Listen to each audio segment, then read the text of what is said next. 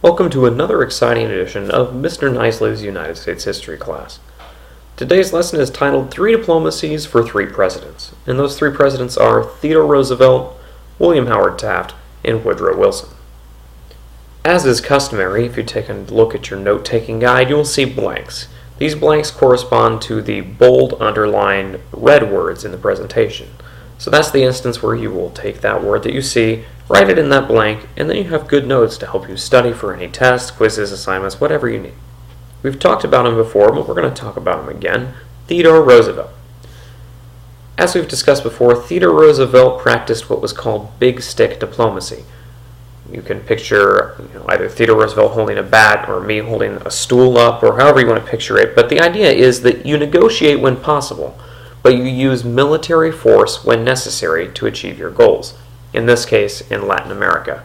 So that goes back to the Spanish-American War, fighting the Cuban independence, things like that, to ensure the United States had control, or at least influence, in Latin America.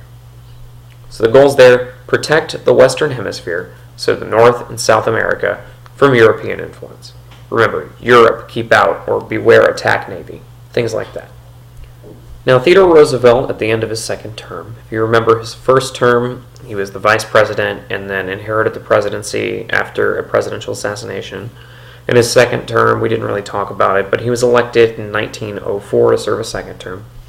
In 1908, he decided not to run for re-election, and this wasn't because he didn't like being president. In fact, he was quoted saying, "No president ever enjoyed the presidency as much as I did." But rather, he thought that his friend, William Howard Taft, would do a pretty good job being president. So, he instead decided not to run and endorsed Taft. The newspaper cover that you see here, or magazine cover, conveys what Roosevelt thought was going to happen.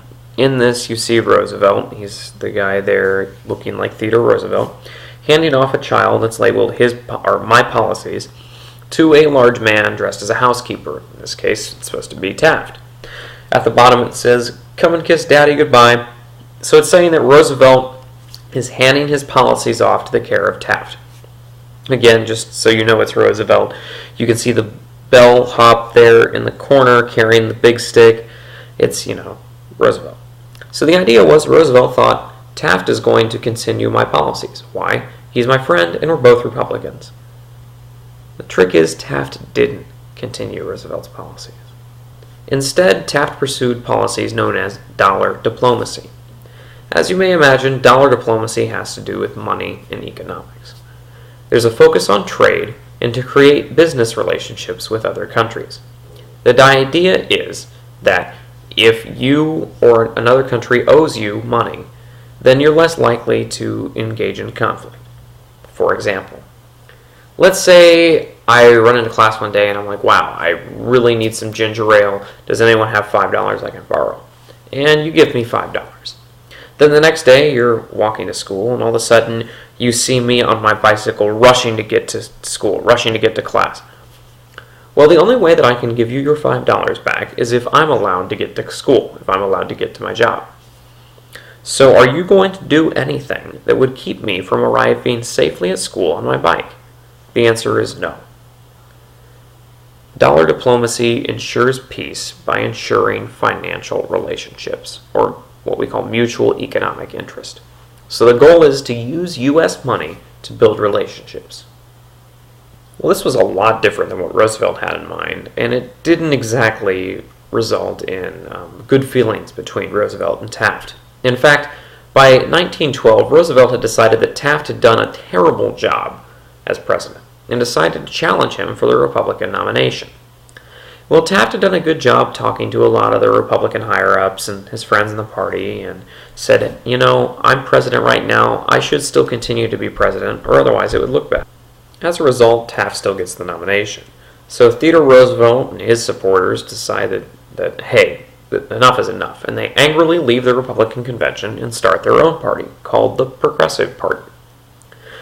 Well, this divided the Republican vote, so even though there were more Republicans in the country than there were Democrats, when the Republican vote got split, New Jersey governor and Democrat Woodrow Wilson ended up winning the presidency. So, the Republicans are more popular at this time, but because their vote got split, the Democrats won the White House.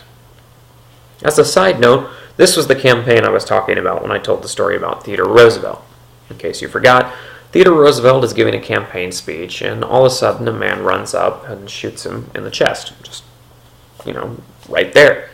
And people aren't quite sure what happened until they start seeing blood flow from Theodore Roosevelt's shirt, and he says, "I don't know if you've realized what's happened, but it's going to take more than that to kill a bull moose." And so he decided, I'll just keep giving this speech. So he continues to talk, delivers a speech, all the while bleeding from a bullet wound in the chest. He finally goes to the doctor afterwards and has x-rays done. And as you can see here, there's the bullet lodged in his chest.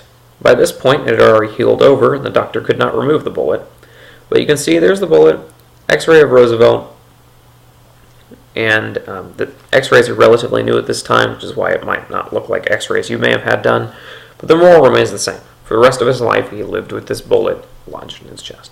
Continuing on, this Willy Wonka-looking gentleman here is Woodrow Wilson. Woodrow Wilson believed in something called moral diplomacy, and that's that U.S. involvement should be limited to bringing about peace and promoting democracy. So that the United States shouldn't get involved with other countries, remember isolationism, unless it's in the name of peace and to promote democracy. So, in a way, it sounds like isolationism. In a way, it's also imperialism, because peace is only peace if they like us, and promoting democracy is only democracy if they like us. Nevertheless, the goals were to promote democracy and free trade.